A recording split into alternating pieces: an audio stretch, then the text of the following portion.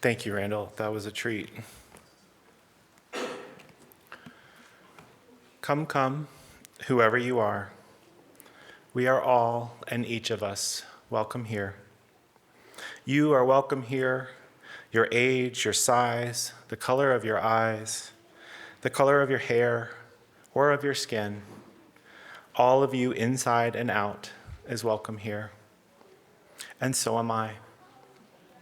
No matter your gender, whom you love, how you speak, or whatever your abilities, all of you is welcome here. You're welcome with laughter in your heart or tears in your eyes. Whether you believe in God all of the time, some of the time, or none of the time, you are welcome here. No exceptions. Once I was a stranger here, and I found a community rooted in the wholehearted practice of love. My heart was glad. Each Sunday now, it is renewed again and again. Together, we are a community of open minds, loving hearts, and willing hands. Good morning. And welcome to South Valley Unitarian Universalist Society. My name is Cortney Bouldin. My pronouns are he and him. I'm a tall man with too little hair on the top of my head and too much hair on the rest of my body. I'm wearing a dark sweater with a green undershirt. And it is my privilege to serve as the worship associate for this morning's service. Our worship leader this morning is Reverend Lora. I have a few announcements. There will be a Christmas pageant on the 14th of December, so that's next week. So get excited, and if you're a child and you're participating in it, get ready. There'll be 2 services on Christmas Eve. There'll be a 6 p.m. service and a more contemplative 9 p.m. service, so schedule your plans accordingly.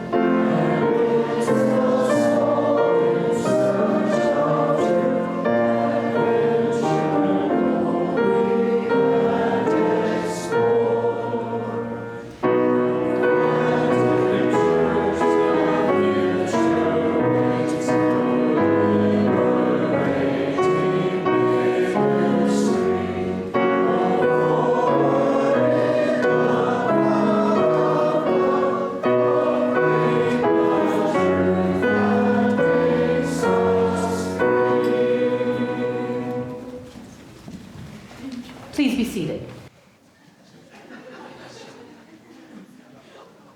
I'll have you stand in a moment for lighting the chalice, but we're going to do a little bit of other work first.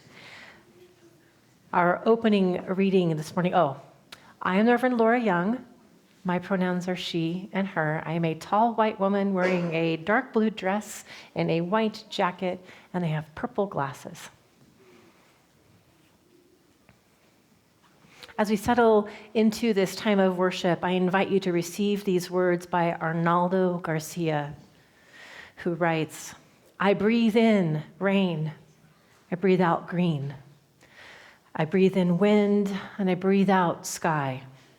I breathe in laughter, I breathe out happiness. I breathe in her, I breathe out poetry. I breathe in daughters and sons, I breathe out hope. I breathe in words, I breathe out mountains. I breathe in sage, and I breathe out clarity. I breathe in dust, I breathe out the bones of my people. I breathe in oppression, I breathe out liberation. I breathe in fire, I breathe out clouds. I breathe in ink, I breathe out veins. I breathe in Buddha, I breathe out Mexican. By Arnoldo Garcia. May this time of worship land gently, but not too gently, on your soul. This morning, before we light our chalice, I invite you into a moment of silence.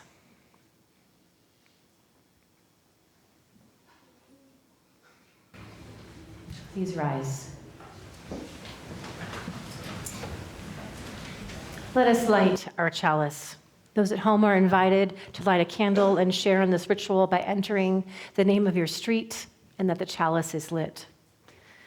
Please join me in repeating our chalice lighting words and use our actions if you feel so moved.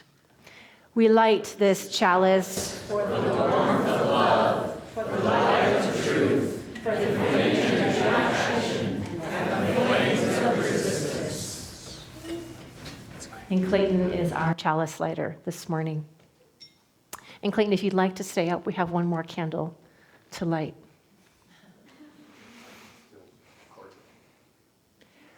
Whenever a beloved member or friend of our congregation dies, an empty space is left, a seat in our sanctuary and a hole in our hearts. This morning I announced with sadness that Phil Quigley has died, and a memorial candle will burn for him this morning. Phil served in many leadership roles over the years, including being our treasurer for over 6 years. He was a fiercely independent thinker with a fantastic sense of humor. Phil is survived by his beloved wife of 56 years, Lori, his son Mark and daughter-in-law Amy, and grandchildren. We hold each of them in our collective thoughts and prayers. A memorial for Phil will be held on Saturday the 20th at 2 o'clock in the sanctuary with a reception to follow. Let us light our memorial candle.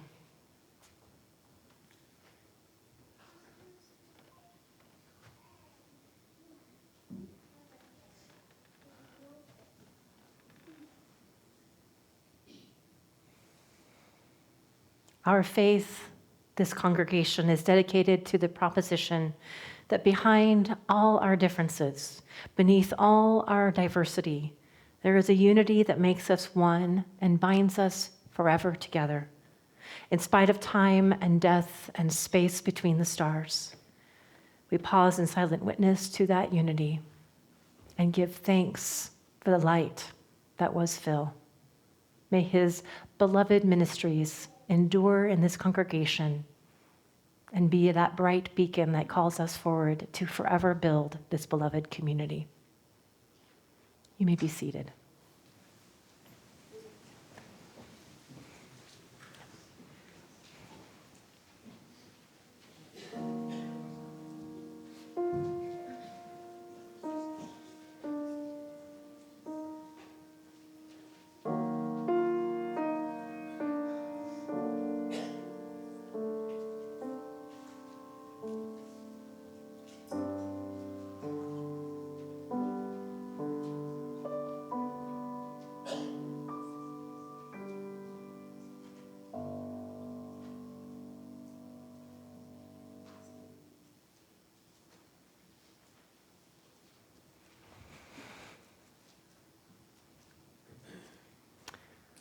And now, it is the first Sunday in December.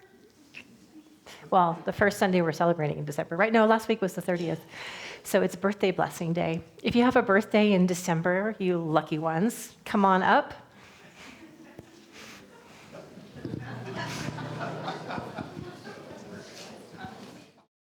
So on behalf of this congregation, receive this blessing. May this coming year be one of wild, positive, joyful, and invigorating adventure. May your heart soar. May your feet take you all the places that you want to go. And when a day comes that things are just not working out, may you remember that this place is here for you. That we are so glad that you were born. We are so glad that you are here, and you are a blessing upon the earth. Thank you for being part of us this morning, and may you have a blessed birthday today and through the rest of the month. And let us sing our children out now.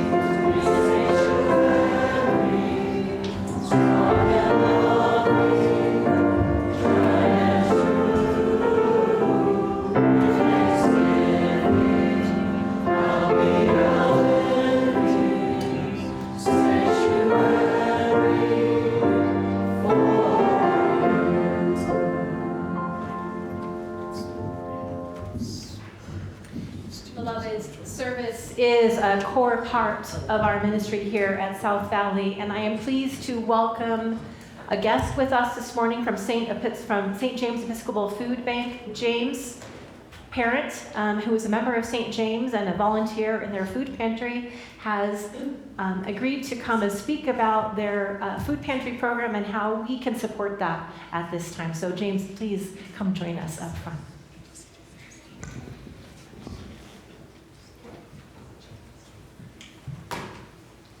Hello, my name is Jesse Parent, or Parent if you are French and accurate. I am an average height man with a bald head. I'm tall for a Portuguese man. And I'm wearing a gray shirt. My pronouns are he, him. Hello. Hola. Bonjour. Salam. Privyet. Assalamu alaikum. Those are some of the language. Thank you. Those are just some of the languages that we encounter at our food bank at St. James Episcopal Church over on 1300 East near the Asia Star. It was started as a ministry by Nazanin, who was an Iranian Christian refugee about 20 or so years ago, with a small children's classroom that we had. We just did it. Sometimes that's what ministry is. You just do it. Every second and fourth Sunday, we distribute food to about 150 families within 2 hours.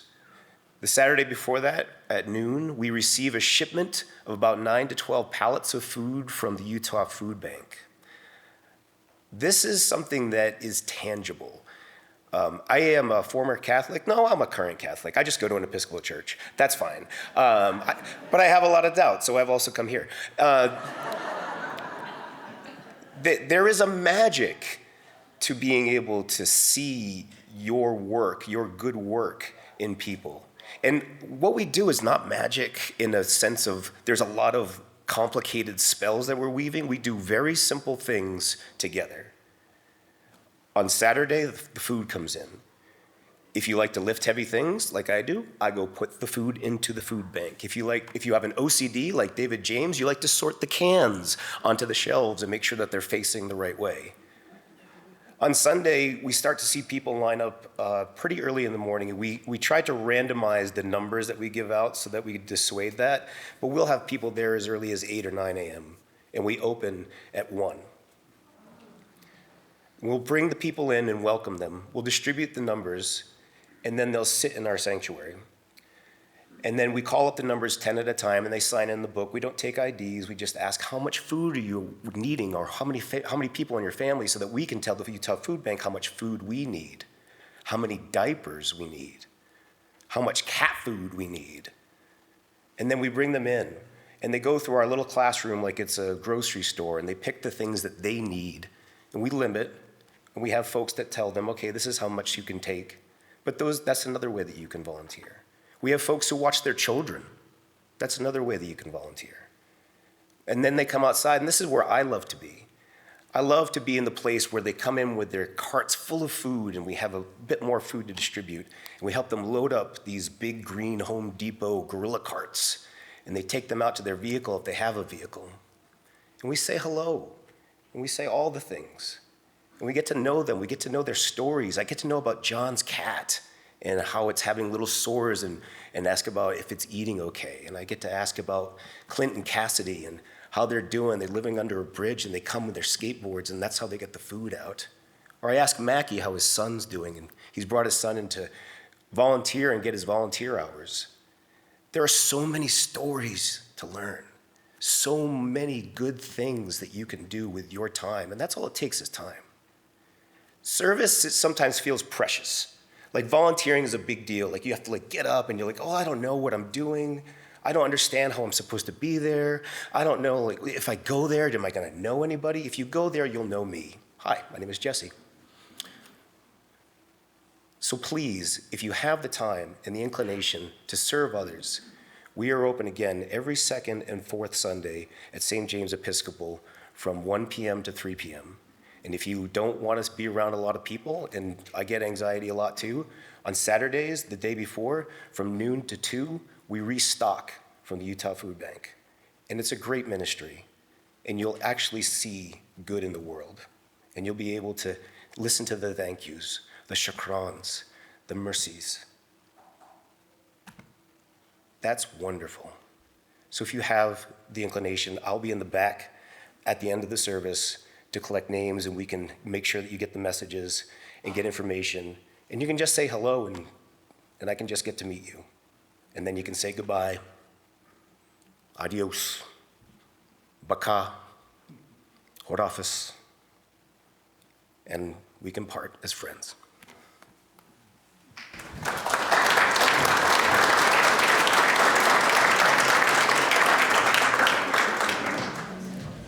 Thank you, James.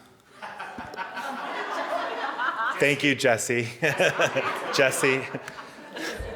Funny story, this building used to belong to St. James Episcopal. Yeah, so it's very much present in my mind right now. I'm sorry, Jesse. This community, our church, and its many, many ministries are only made possible by the gifts you give of your time, your talent, and your treasure. Many of you pledge monthly to support our work, and for this, we are grateful. Your gifts help us to ensure that we are able to live our values of love and justice in the world outside. Part of our ministry at South Valley includes sharing our Sunday worship offerings with a charitable organization that aligns with our principles and values.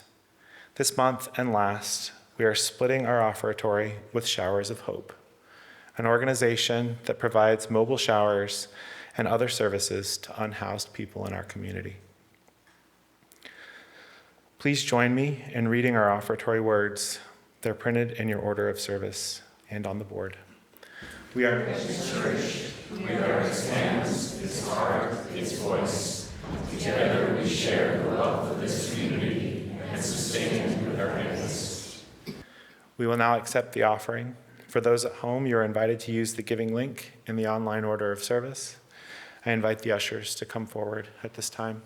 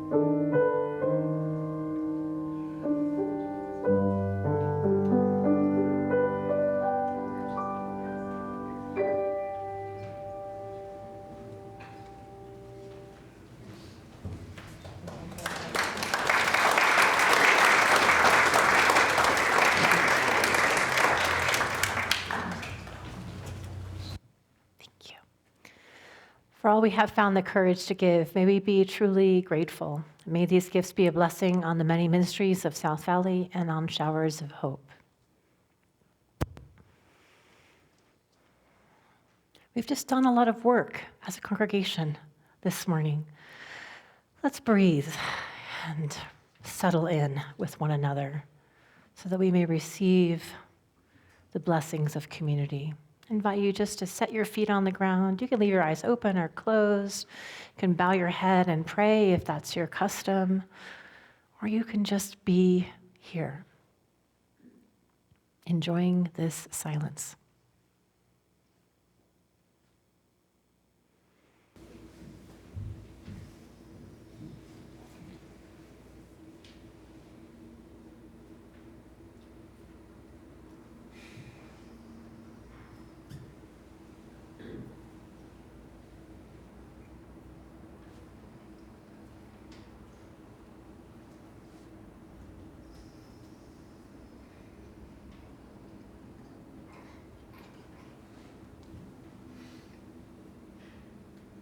Be so.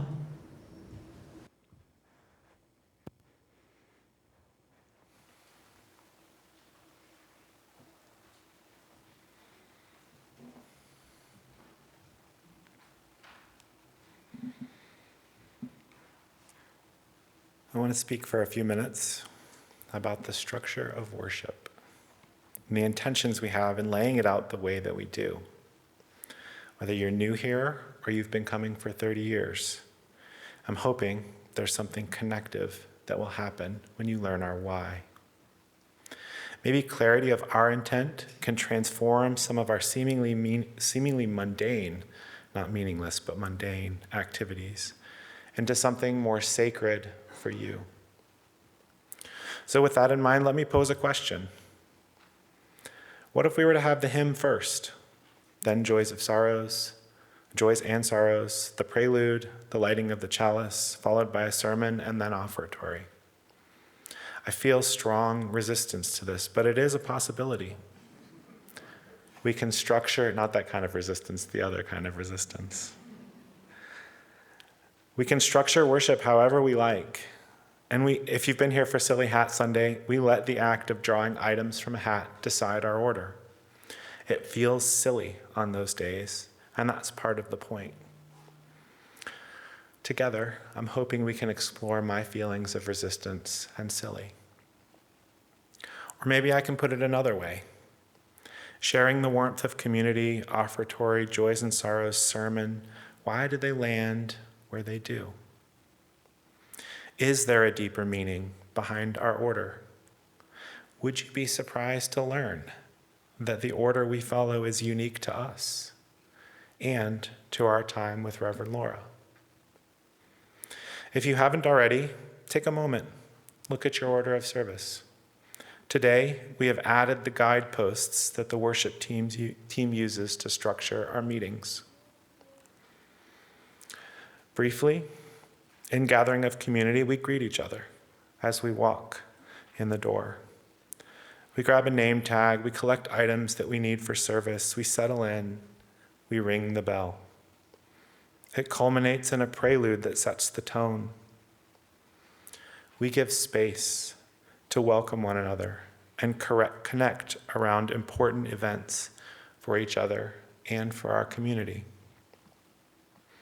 This is our time to greet and settle in, and it is an important transition from life outside to this space. Next, we state intent. In stating intent, or opening the circle if you prefer language from pagan traditions and spiritual practices, we share the warmth of community, we sing, and we light our chalice. Today, we also lit a candle in remembrance of Phil Quigley. Through these actions, we welcome our sacred parts. We turn this space from a social gathering into a place of worship, a sacred space. I feel the need to be explicit. It's okay to have complicated or even dismissive feelings about God and still desire a sacred space. When we state intent, we collectively, if not individually, invite the divine into the room. We also make this space into something more than a business meeting.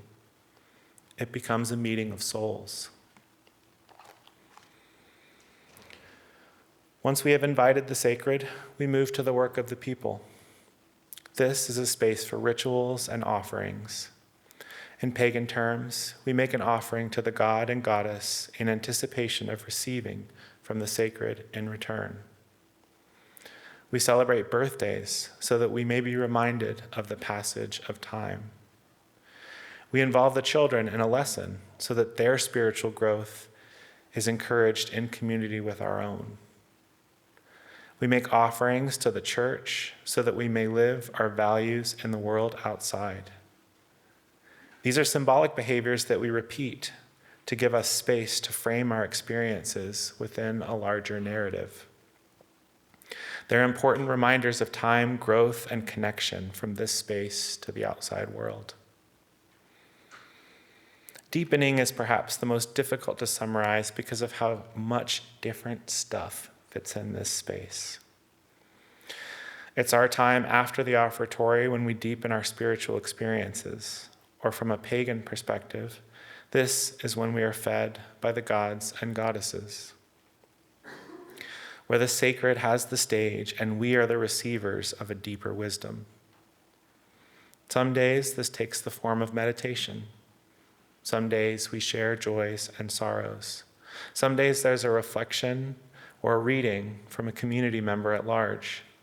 Some days there's a sermon from Reverend Lora.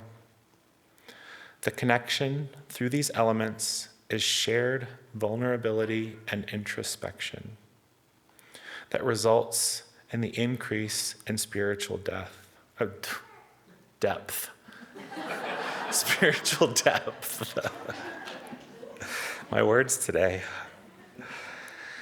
There can also be a call to be bigger or better than who we have been. More depth. We can find in this space a renewed focus on a large issue that we care about collectively, and there can be a call to action. Through deepening, we have deepened our wisdom through vulnerable conversation, both about where we are and where we would like to go. Finally, we move to integration and release, or closing the circle. In this space, we often have a closing hymn, and we always extinguish the chalice. Through these actions, we are thanking the divine for entering our space. If this is your first Sunday, we always say that we hold each other in our hearts until we meet again. We'll say those words today. This is an act of recognizing the space that we create together and thanking each other for being in community. After, there is a benediction. This is meant to be a blessing as we leave space together. What peace are we encouraging you to take into the rest of your Sunday and into the start of the week? So in spirit, what do I hope for you to take from this reflection? In that spirit, what do I hope for you to take? We don't shape worship this way because it's the way it's always been done. These activities are not rote, nor planned without intention. There is a purpose and a deep love that Reverend Lora and the worship team pours into designing the flow of a service. My hope is that as we move through the order of service this week and over the next few weeks, some of the worship team's intent finds its way to you. And you feel your own blossoming intention in these activities as well.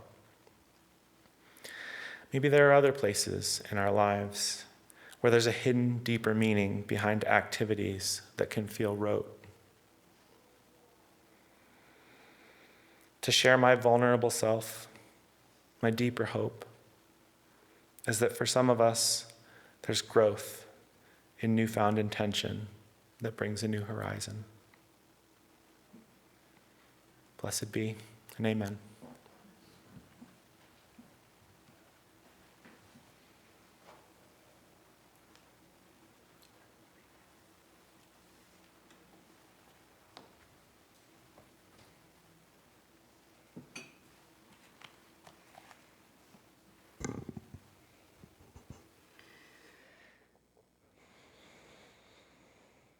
When I say the word God, what do you see?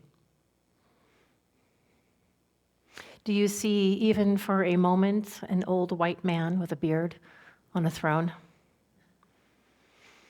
Do you ever think that that's a little bit odd? That for most of us in this room, for most of us in the West, certainly in North America, whether we were raised in a faith community or not, what we see most often is an old white man on a throne. It's a pervasive and persistent visual metaphor for God as Father, to be specific, which is itself, of course, a metaphor for the unexplainable deep mystery at the heart of the universe and all of existence. It is a metaphor that is so powerful that we have mostly forgotten that it is indeed a metaphor, a tool for helping us to understand the mystery of the world. Instead, it has become the thing itself for many of us. And even if we have walked away from that tradition, it remains as an embedded image in the mind. And that it can be very problematic as we move forward in an increasingly complex and interconnected world. It's a problem that our Unitarian and Universalist ancestors and predecessors have been pushing on and beyond for our entire history. For they knew, just as we do, that our images of God are very important. They shape our interactions with one another. They shape how we make decisions as a community. And they knew that saving the world, as Universalists believe, we are already all saved, they believed that saving the world required that we keep open our hearts and not close down or overly focus on a single metaphor for the sacred. There are many consequences of the singular focus on God as Father in mainstream religions these days. God as Father, as the one and only image of God, is of course quite exclusive. It erases the feminine divine and it elevates one God over and above all other sacred beings and all other kinds of traditions and approaches to God. The symbol and the theology that accredits to this idea of God as Father, as the one and only image, is so highly problematic that it has led many people to leave religion altogether. Leaving church is a common phenomenon here in the United States and has left many congregations and faith leaders in a bit of a pinch. Most surveys of religiosity and faith show a steady decline in church attendance and belief in God. But I'm not worried, because that trend does not seem to apply to Unitarian Universalism here in Utah. Both South Valley and our sister church, First Unitarian Church downtown, are growing rapidly. And I think one of the reasons may be that we are not stuck on God. The intellectual freedom and encouragement to spiritual exploration is highly attractive to people who have been told that there is only one image of God available to them. Folks are tired of being told that there is only one way, and so their natural curiosity leads them to questions, and those questions can lead them to explore other kinds of communities, one of them being Unitarian Universalism. So while Unitarian Universalists have long been maligned for our fluidity, they believe nothing they say about us. It turns out that we've just been a little bit ahead of our time, and the world is catching up, it seems. And let me be clear, there is nothing inherently wrong with an image of God as Father. It can be a very healing modality for people who are looking for security and for comfort and for a sense of connection with the divine. It's only problematic when that metaphor becomes hardened and then weaponized as a way to control and to guide people in ways that are harmful to their flourishing as human beings.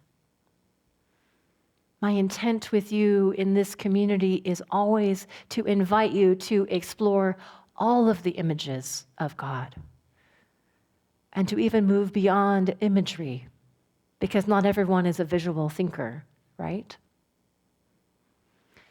There is no linear progression from God as Father to some other place that is more perfect. We are all on a journey of searching. We are all seeking to understand the mystery. And our job as a beloved community is to uphold that journey, to support your spiritual development and your emotional maturity as you go forth and find the God of your understanding. Images of God have not always been this narrow.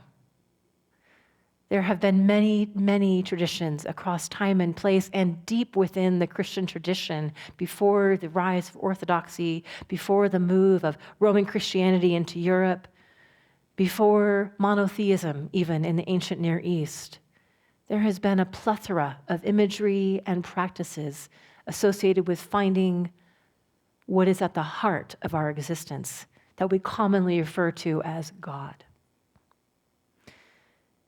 And of course, beyond the West, there are many other continents that have their own traditions, and those matter also. We are no longer living in a world where we can ignore the multiplicity of approaches to God. Perhaps that was more possible before technology and before the internet, before telephones and all of the technology that allows us to see and understand in a wide, wide way that each and every person now has access to information that for millennia people did not know about one another. And when faced with that complexity, we have really no choice but to get humble in our perspectives and to understand that we have a lot more in common with other people than we do that is different. Humanity is pluralistic by design, I would say.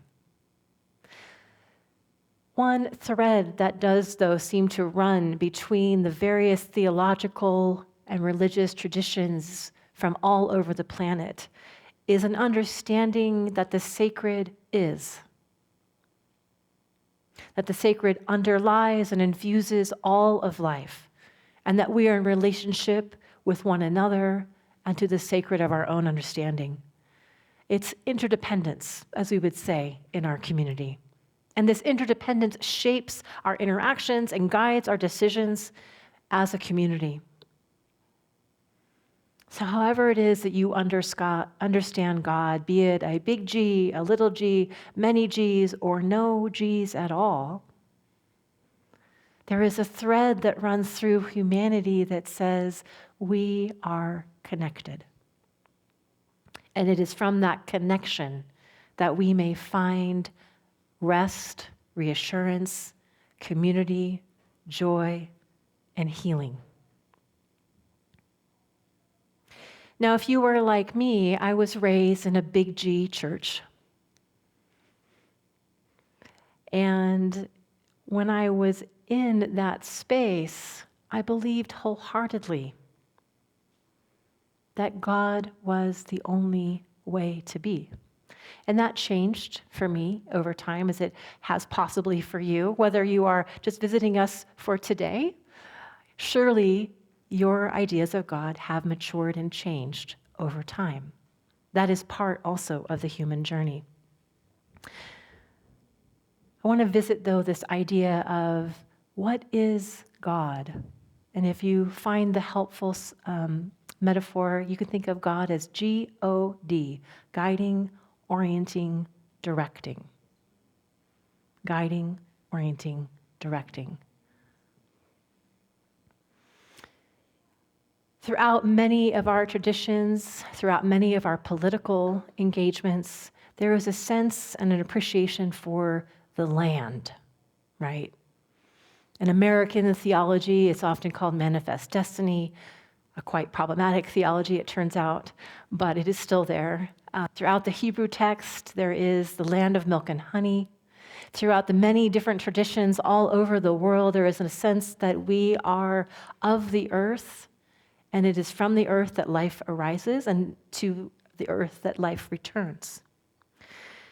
This sense of land can also be understood as the ground of being. It is the source from which life arises and returns. And it is different than the modern Western understanding of God as Father. It's a different type of metaphor. It's a metaphor that roots us in relationship rather than in productivity. Now, I want to be careful because, of course, all metaphors have their limits, right? And I don't want to break God the Father as a metaphor, if that is still an important metaphor for you. I just want to open it up a little bit. Here's a question for you. When I say the word land and we are connected to it, how many of you feel a little confused? What in the world do I mean about the land? Do I mean gardening? Do I mean going for a walk in nature? I mean owning your own home and tending to the land? What is land?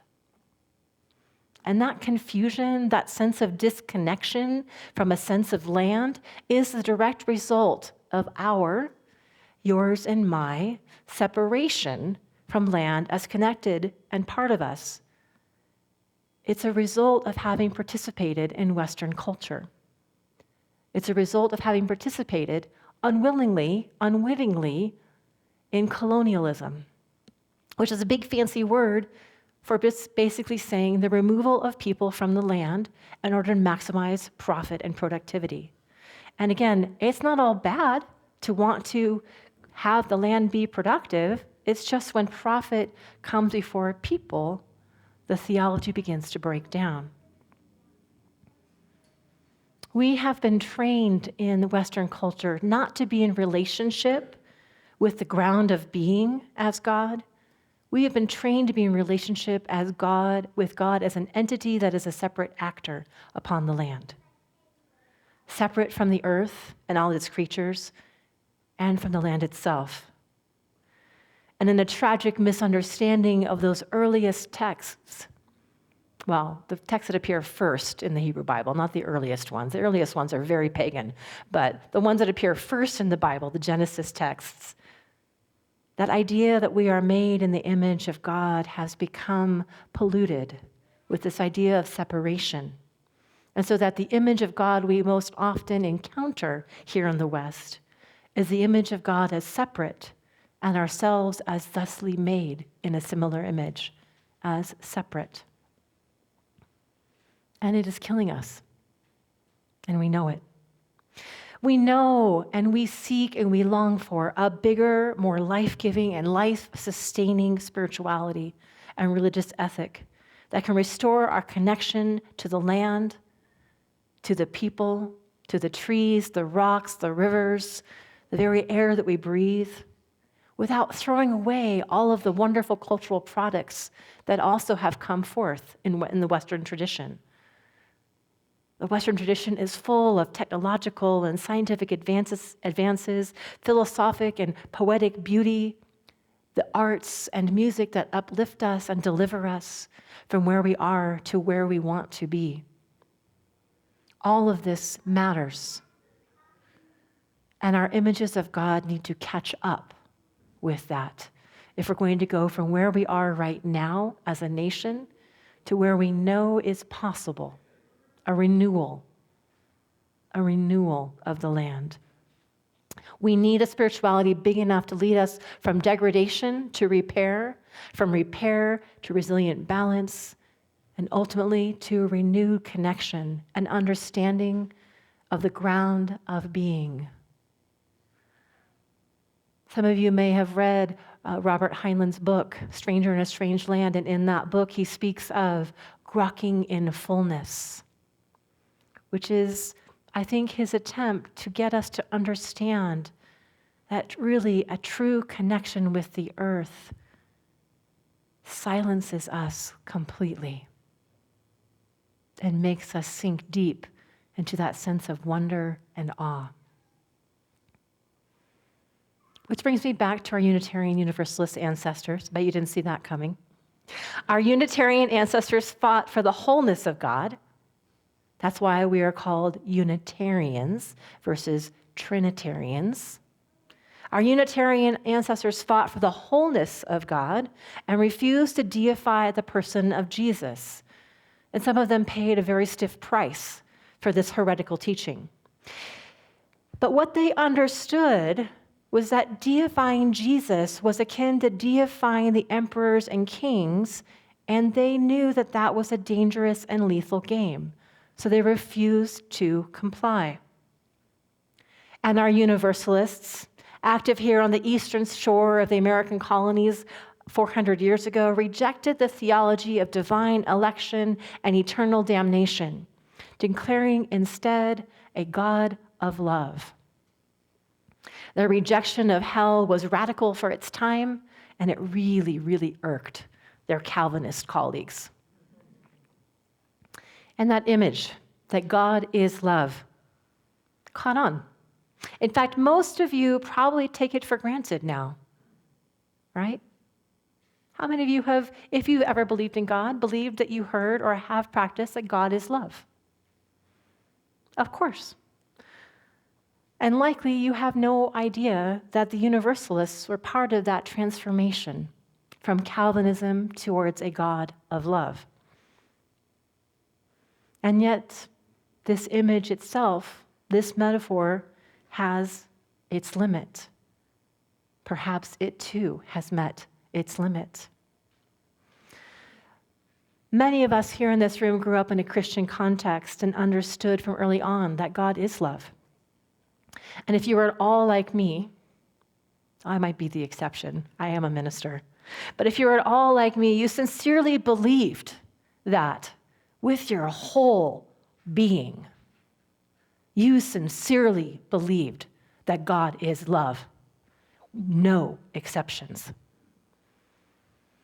And then you ran into human church and discovered that the human practice of love is far from the divine call to be love. Which is perhaps why you and I are here and not there. Because you discovered that a love limited to those who confess Jesus as God and Savior, while the rest of us can well go to hell, was not going to work for you. You perhaps even said, hell no, I won't go. To that I say, perhaps, my heretical friends, you were a Unitarian and a Universalist far before you knew there was a UU congregation that could welcome you.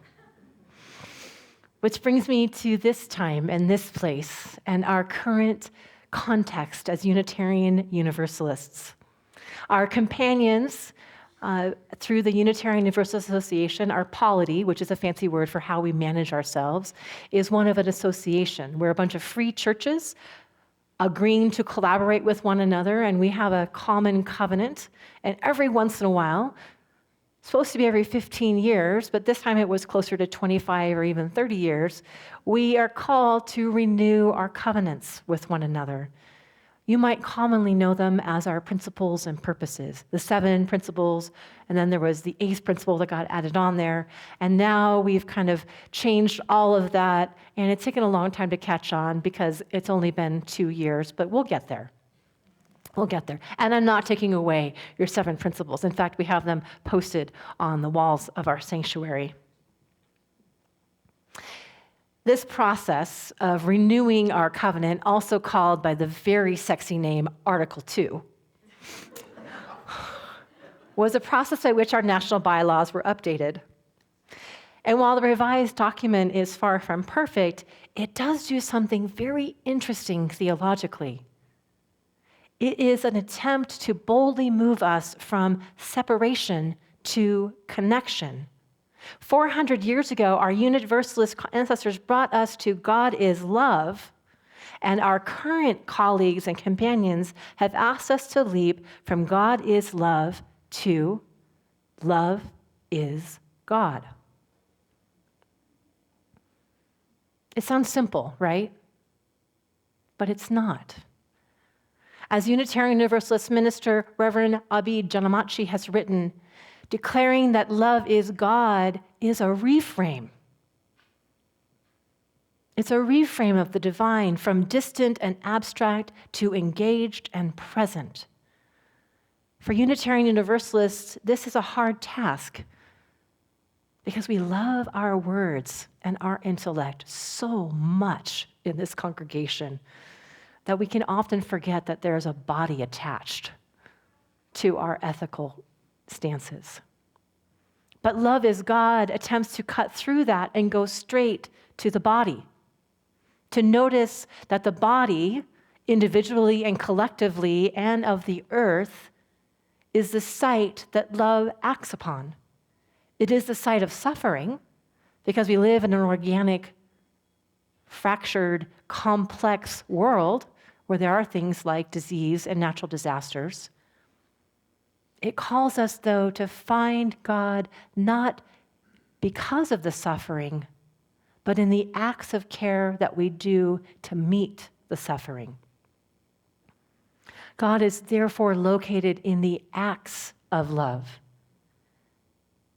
To quote Reverend Janamachi, he wrote, "It is the kindness we offer, the wounds we heal, and the courage we summon in the face of life's struggles. It is a real-time, very present, relatable, and relating God that shows up in human care and calls to us to ask a different set of questions. Rather than asking, why is God doing this? Or where is God in all of this? Or why does God allow such suffering? We are called instead to turn our attention to the acts of care, the natural human response that is to show up, to help, and to heal in times of crisis. It is a highly predictable human response to disaster to show up and help. The beauty of this kind of stance that invites God to be part and parcel of every human interaction. And remember, God guiding, orienting, directing. The beauty of that is that there is no belief required. We don't have to believe in God for love to be present.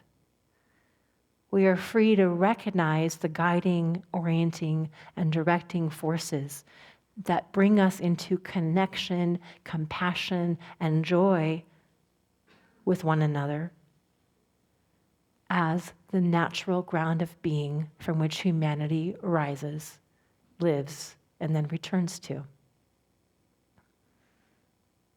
This sort of stance does not require belief in the modern sense. The modern sense of belief is a belief in a set of creeds or statements. It harkens back to a more ancient idea of belief, pre-scientific revolution, pre-ideas of requiring proof of God, and takes us back to this question: what do you love? And therefore, how shall you live? What do you love? And therefore, how shall you live?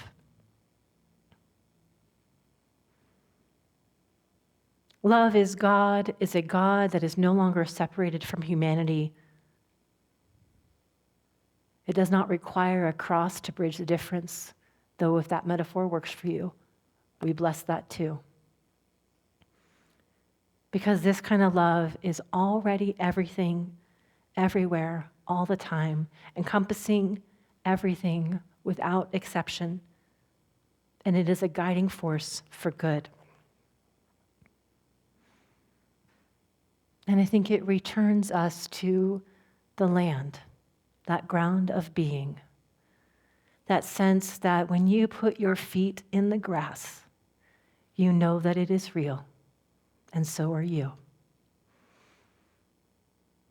I offer it to you as a viable pathway through the mess that we are in right now as a humanity, as a pathway that we can all walk collectively and together as we share in conversation and community the various ways that the divine, the sacred, the ground of being, that which is, shows up and enlivens us. It is a resoundingly Unitarian, Universalist approach, I will admit that, but it is an approach fueled by a practical and active hope and a commitment that where love is, there is God. A commitment that understands love as the guiding force that can and will save us. So help us love. Amen.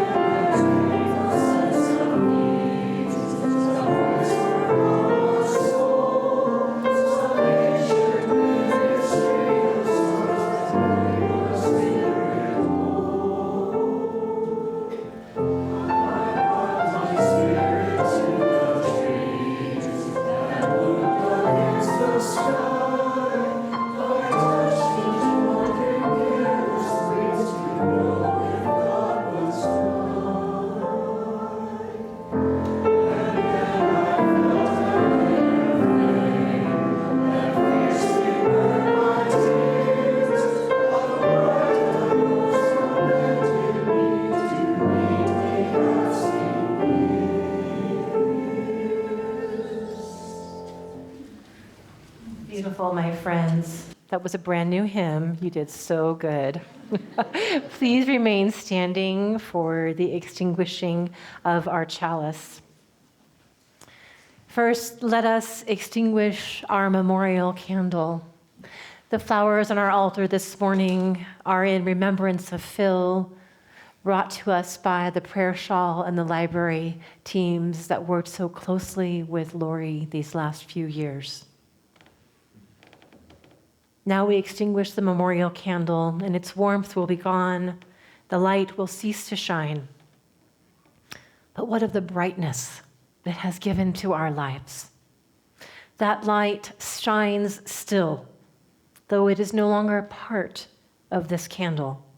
That light is now part of our cosmos, part of the unity that binds us forever together. And so it is with the influence of Phil, in whose memory this candle has burned. In mystery we are born, in mystery we live, in mystery we die. We are so glad for you, Phil. Wherever you are in between the multitude of stars that are of our universe, we rest forever and appreciate the light that you were. And let us now extinguish our chalice. We extinguish this chalice, the warmth of love, the light of truth, or the energy of action, until we meet again. Beloveds, However it is that you come to a deep and soul-felt sense of connection to the world, may you find the wild joy of the sacred, whispering in the trees, breathing in the air that comes from the valleys across our beautiful salty lake, and rising up in the spring that is yet to come. May you be a beloved, beautiful part of all that is, and know that your part is so beautifully welcomed and held in this community. Go and be a blessing on the world this week, and you may be seated.